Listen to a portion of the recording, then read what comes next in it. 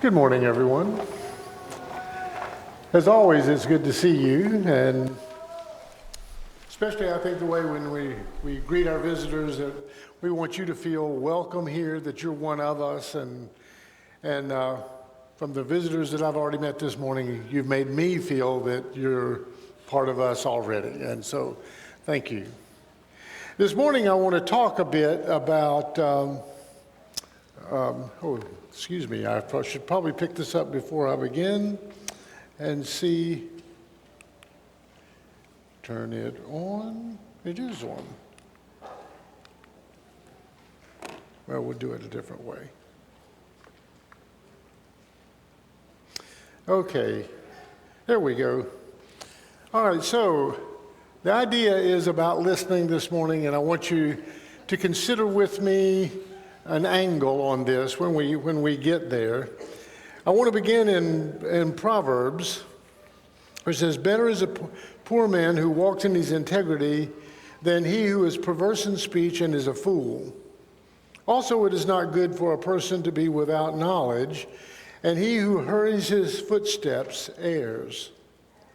The foolishness of man ruins his way, and his heart rages against the Lord. Wealth adds many friends, but a poor man is separated from his friend. A false witness will not go unpunished, and he who tells lies will not escape. Many will seek the favor of a generous man, and every man is a friend to him who gives gifts. All the brothers of a poor man hate him. How much more do his friends abandon him? He pursues them with words, but they are gone. He who gets wisdom loves his own soul, and he who keeps understanding will find good." Now, in this proverb, it talks about people, and it's talking about how we are and what we do and the types of things and the positions we have, and we let positions sometimes matter too much. And yet there's some parts of this in which I think that the poor have an advantage over those others, and the fact that they are generally far more open. And so there's a sense of all of this in which you can have your perspective changed by one experience. And so I want to take you today to Chaco Canyon, which is in New Mexico. And this is a very remote place. As a matter of fact, it's 21 miles off the road, and you're going to get there, and they have been nice enough to pave a part of it, but most of it is rough dirt road getting there. And so when you get there, what you find is it's several little cities, like there's little towns that were there. And when you take a picture from this kind of height, you see this, and you say, oh, okay.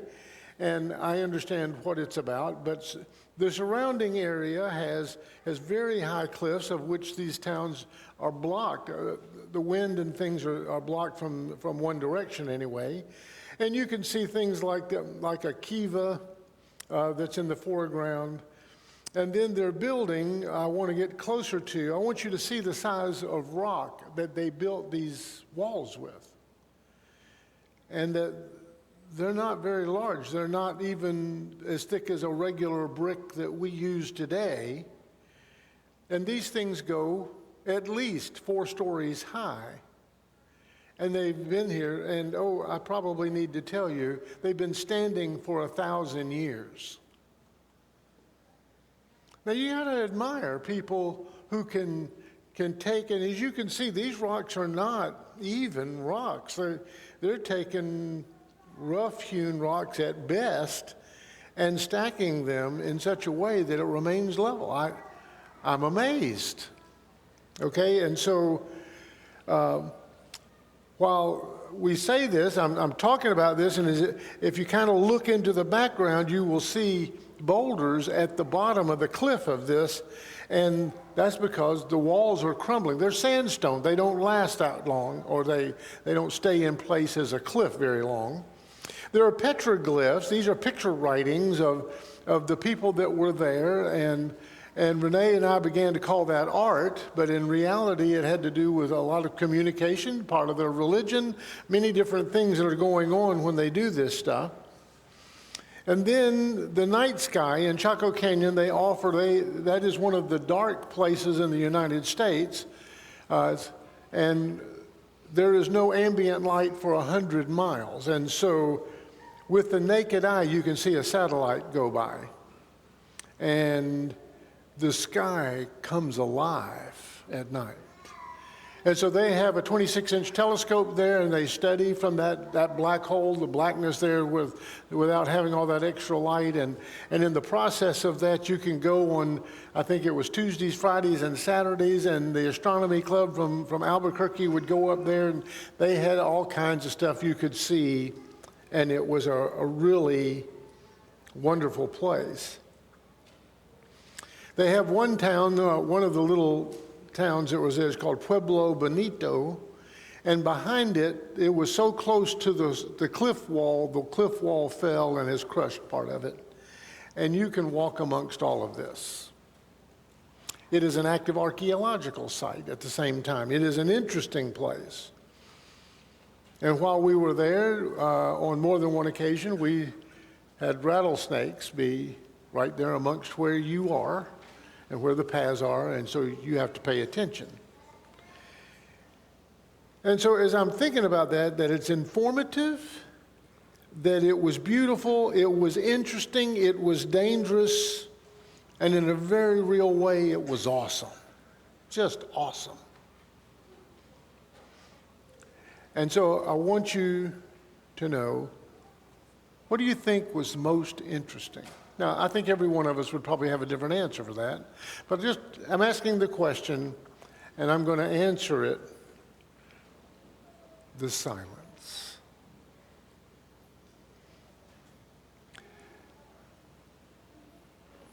When you hear the breeze, not just feel it, hear it. When you can hear the insects, when you can hear the birds, and I'm not saying in a light way, I'm saying that because it is so quiet there, you can hear everything. You can hear somebody walking up behind you, and it's on hard ground, but it's got some loose pebbles, and you can hear that crunch. The wildlife, it's there. There are deer, elk, all kinds of stuff that's there. And you have that, but I'm telling you, the silence, you could hear people talking from far away. The birds, the breeze, the movements. And we marveled at the silence and the sounds, and that our conversation was always heard because it was so quiet around us. So I want you to talk about for just a second, God's handiwork is there, and that you can see it and that you can hear it. And we have that, and we have it here, and all you have to do is get away from the roads, and then you have the same thing, a little bit different in certain ways. But you see, there's a question that I'm having. God is there. And when you go to a place like that where you've never been and you see something that is grander than what you've ever seen before, it's kind of like the Grand Canyon or any number of different things that have nothing to do with man-made stuff. And you go there and you see that people lived here, and they lived in a very dry climate, and yet they have water that runs down. The Indians are smart. They stayed close to water. This was a fantastic thing. And while you're there, I'm asking the question, do you hear God? Oh, I marvel about what God has made. I have all sorts of things along those lines, okay, that wow, would you look at this? You can go up on the top of those mesas that are behind and look down on all of it if you want to. You can go up, you can walk there, and I'm going to tell you, it's a climb, and there's some places where you're going to take a jump that you didn't think you were going to make today. But it doesn't really matter. You go up there, and if it was silent down below, less people, and it's unbelievable. Unbelievable. And so when I ask that, So if God is there, do you hear him? And then I want to ask you the question, what or who do you actually listen to? Now, I'm not asking this as a facetious question. I'm asking this as a real question. Who do you listen to? And if we say, do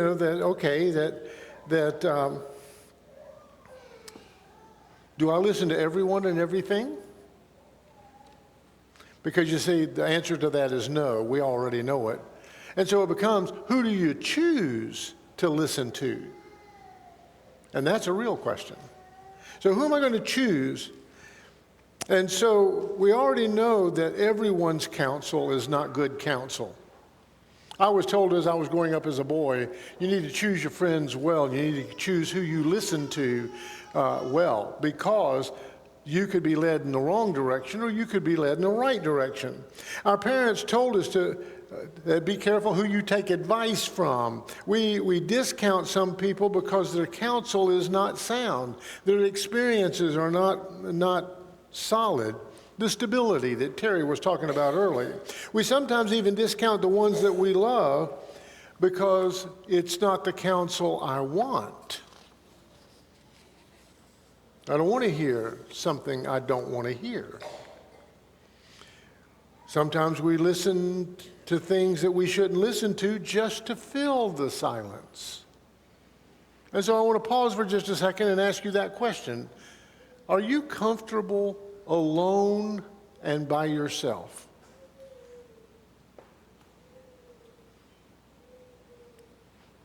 Now, you may be like me. I have more than one voice in my head, and we carry on conversations. So you may be one of those, okay, that you can talk to yourself and answer. Okay, that's kind of strange, but on the other hand, yeah.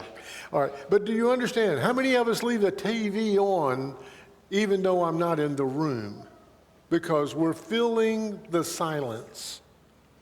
How many listen to music where the lyrics offend you, but the tune is great?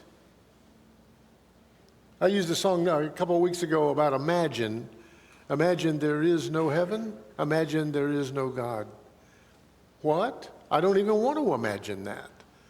Now, I might like the tune, but I don't like the words. And therefore, how many of us listen to so-called friends rather than the ones that we love because they're cool, they're educated, they're more emphatic? Maybe I want to be like that.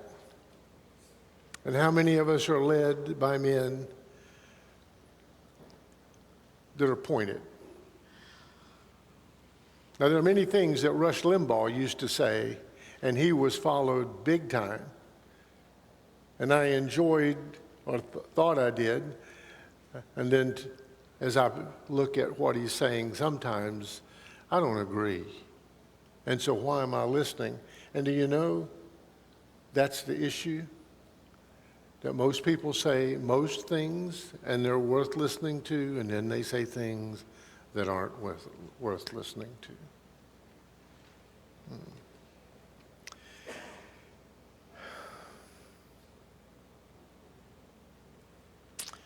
My suggestion would be to choose who you listen to, but so if I'm going to learn how to play the guitar, I want to learn how to play the guitar from somebody who really knows how to play.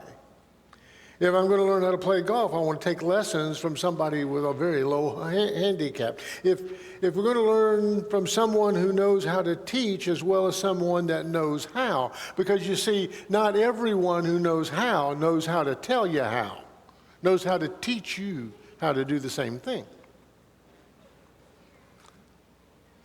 And then the big question is then where will you go then to learn how to please God? Oh, this is a better question than you might imagine. Where would you go to learn how to please God? And there is a tendency, you see, that we're going to go to a place where most people go, where the biggest numbers are. Surely that these people, since there are so many here, please God. But I don't think that that's really the right answer. I could see that maybe we go to the guru on the top of the mountain and sit down with the guy who does nothing but contemplate all day. And with what God says about our interaction with other people, I don't think a guru is the right guy. Could you go to a family member? Many times we do, because we respect them and hopefully that they have an insight into God. Or can we go to a college which declares itself as an authority to God and that they know about godly things and they're going to teach you all that you need to know? Should we go there to find God? Is that where we go? And then there's the Bible itself. Can I go there and learn from God and what he said? And will you just go to your room and think? Can you find God? So another statement from Proverbs, listen to counsel and receive instruction that you may be wise in your latter days. There are many plans in a man's heart. Nevertheless, the Lord's counsel, that will stand. You see, that's what I'm looking for is I need advice. I need not just advice, but solid advice. That person that is stable that Terry was talking about, I need stability so that I can understand what I should be, could be, would be. Then it says, be still and know that I am God, because I will be exalted among the nations, and I will be exalted in the earth. And here's a place in which we need to understand. You don't find God moving at speed. The rat race doesn't teach godliness. And I don't mean to knock the fact that we're busy people and that we have much to do and the schedule is full and all those kinds of things. What I'm trying to say, there must be time for when I stop and just stop to listen. And then listen to what? My Lord. And so if you're following me, I think that almost everyone can follow this kind of conversation and say, sure. The best way to know God is to talk to God himself, is to be with God.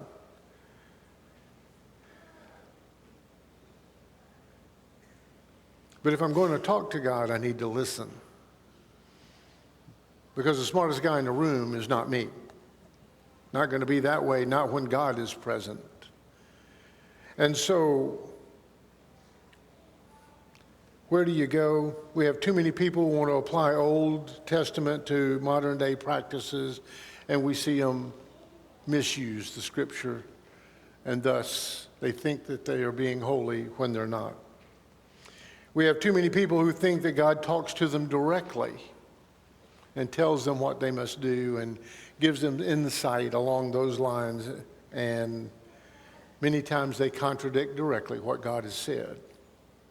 We have too many people that go church shopping to find the easiest way to heaven and for the easiest acceptance they can find, because what they're really looking for is the acceptance of men who would tell them that they're okay. And see, we need some direction of how to find God. And the place all of us know where to find God is in his word. And then we have to listen. When we listen, we hear someone into existence. Now, understand what I'm saying? Yes, this applies to God. But if I listen to you and I actually listen to you, do you understand? You become more than the person I thought you were, the person I've assumed by the way you walk around and the things that you do. No, as I listen to you, you tell me who you are. And do you understand? I get to know you. And that's where our fellowship comes from. Is that we began with this, that we listened and God came into existence. God became someone that has control with me and for me and all the things I need that way. And when I meet other people that have done the same thing, then when we talk, you have value.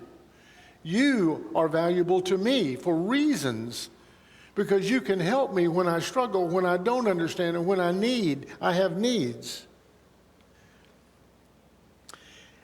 And so the question becomes then, do you listen to God once you've heard? And then what do you do after you've listened? How much do you hear in a day that you don't listen to? I mean, that you heard the words, you understood what it said, you got the advertising, the politics, the whatever it might be. You got whatever it was that you got, okay, and then as soon as it's gone, you forget it because it didn't matter to me. Happens all the time.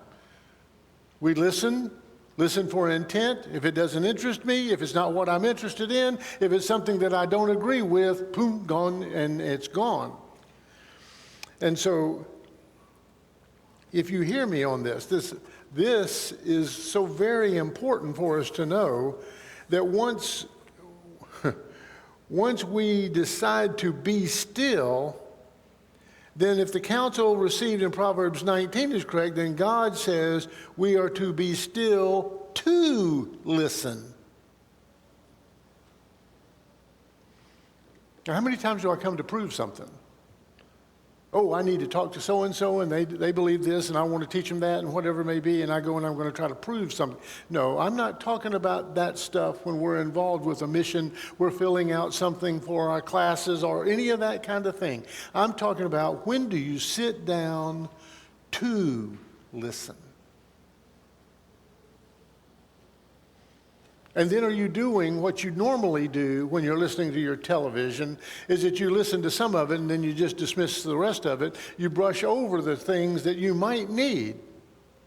Now, we've talked very much about the manner of Jesus, and we say that, okay, that doesn't say specifically that you should do this and exactly what you're supposed to do. But I'm asking you, it is certainly implied that the way his tone quality was, or whatever he did and said was as poignant as could be, it affected the hearts of men, and those people said, you are the Messiah, when nobody has said he's the Messiah. Now, where did they get that? Because they heard something. They heard something that was real. And then you see, if you're with me on this, we have to do that. When I was in college, I did like everybody else did. I went to the library to study, and every time the door opened, I looked up. So I quit doing that. I went to the lunchroom. I went to the UC, the University Center, where the pandemonium was, and it became white noise, and I could take all that out and study what I need to study. And yeah, I know I'm not like anybody else, but that's okay. The point of this is each of us has to focus. You can't let somebody else be your focus. You have to be the focus of your study. You have to come to it. And so we have to turn down the noise. We have to turn down the distractions. Music, TV, phones, people talking, other opinions, the news, the future fears, the past disappointments. We need to tune into the silence. Me and God. If you want to grow, it's got to be me and God. And so what are you listening to? To Him, of course, to God. You must come to the understanding, as Proverbs has said, that man has many plans, and it is God's counsel that will stand. That's the point. And then, do I believe it? Yes. The only way to believe is to stop and listen with all my mind.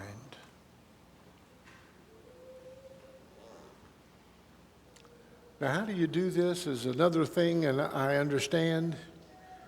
But if you don't desire to know God this way, you see, you need to know Him in your being, in your heart. And then the stories aren't just stories anymore.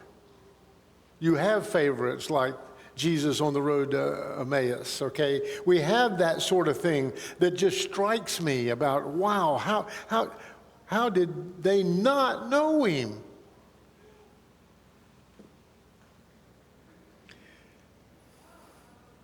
It has to become personal. And no matter how well a speaker can draw you in, if it depends on someone else to make you feel it, then you haven't come to God yourself.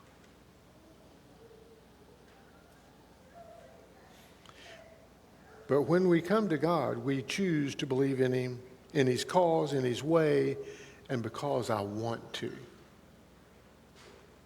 And so, in John 8, why do you not understand my speech? Because you are not able to listen to my word.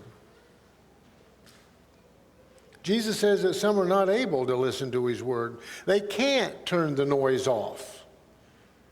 So some are caught up in the rat race that they can't slow down enough to hear what's being said to them.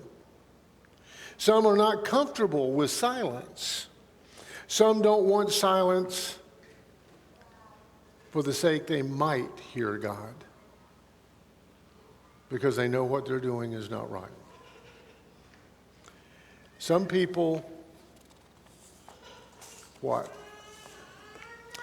I think some people just don't ever stop to think. So do you accept your feelings as thinking? That what I want and that sort of thing is going to be what is so? Would you rather mimic other people's thinking than offer your own? We live by evaluating other people's thinking and choose what is the best reward for me. One of the things that troubles me even today, when I was in college, I knew a number of people that they chose the subject that they're going to study, and they always look for a multiple choice answer professor so that they could guess if I don't know the answer. They're not interested in learning the subject. They're interested in getting a grade that will get them somewhere that somebody thinks that they know the subject when they really don't. Do you think we could do that with God? Do you think we can try to get a multiple choice answer situation rather than going and understanding what God would have us be? It's sad to think that we devaluate ourselves and then essentially evaporate because our self-worth is so low. I believe that every one of you knows who you are, knows who you want to be, and has an idea where you'd like to go. I think that is been given to us by God.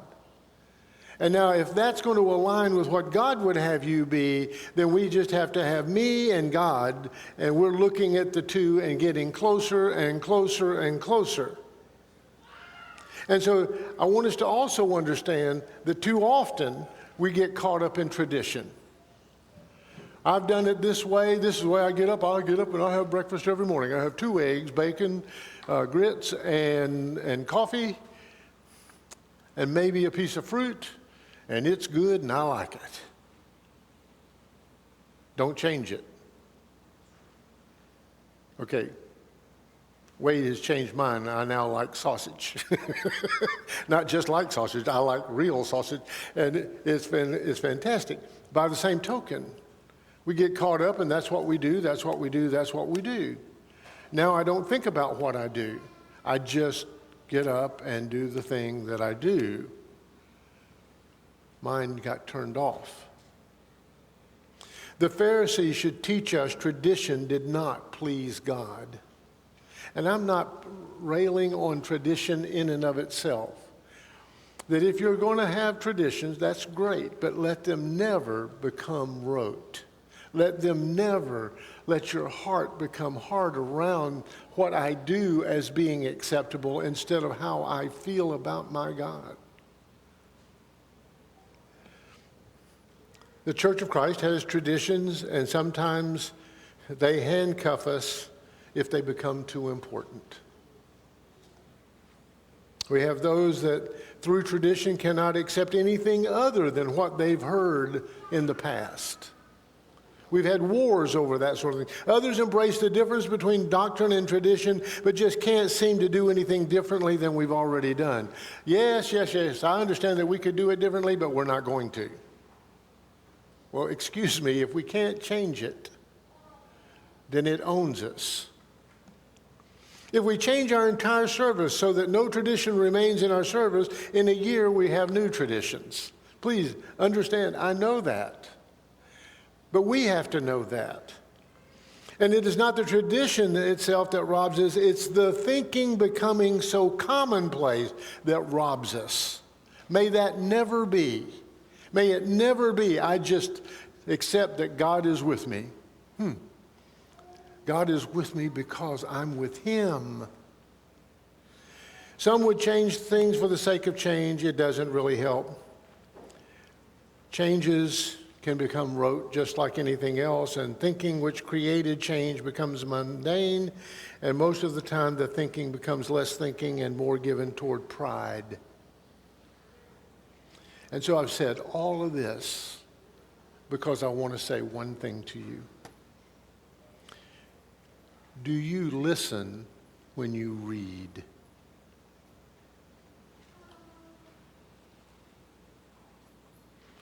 You see, the only way that you're going to get with God is by His Word, and you're going to be reading it.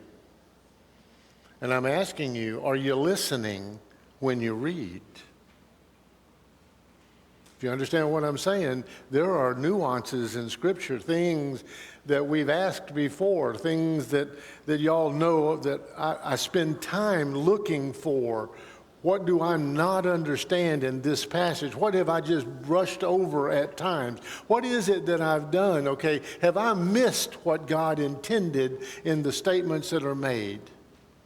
I don't want to read what I've read before and just state it again. No, I want to read and find something. I want to find something that would cause me to grow.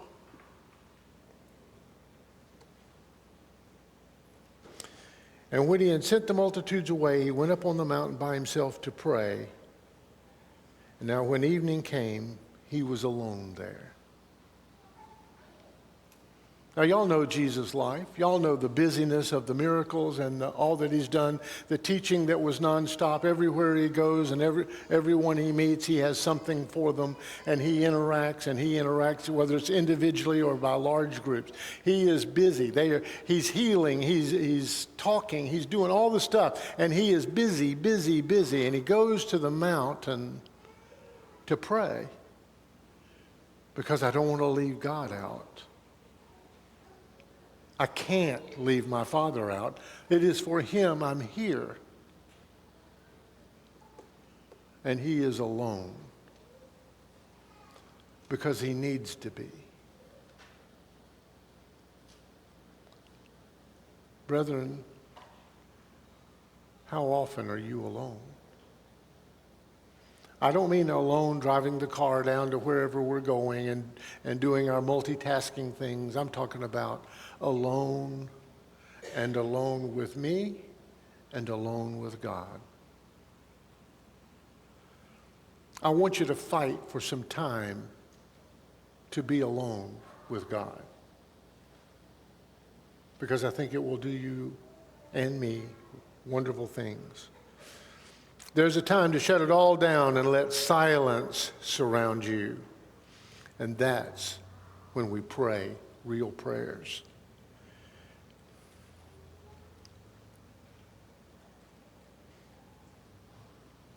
Anybody know about this guy?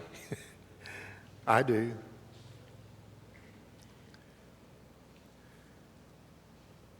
Do you know what the difference is if you were here?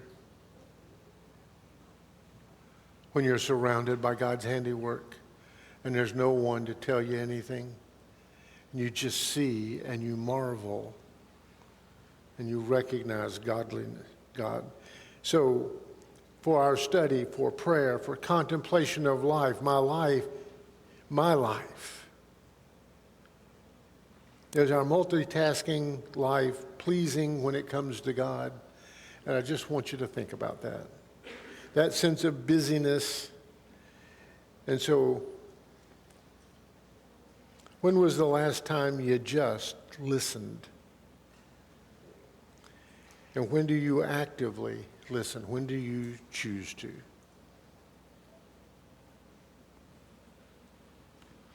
I want you to think as we leave about your life, if you're Christian, and how often you take the time to listen to God.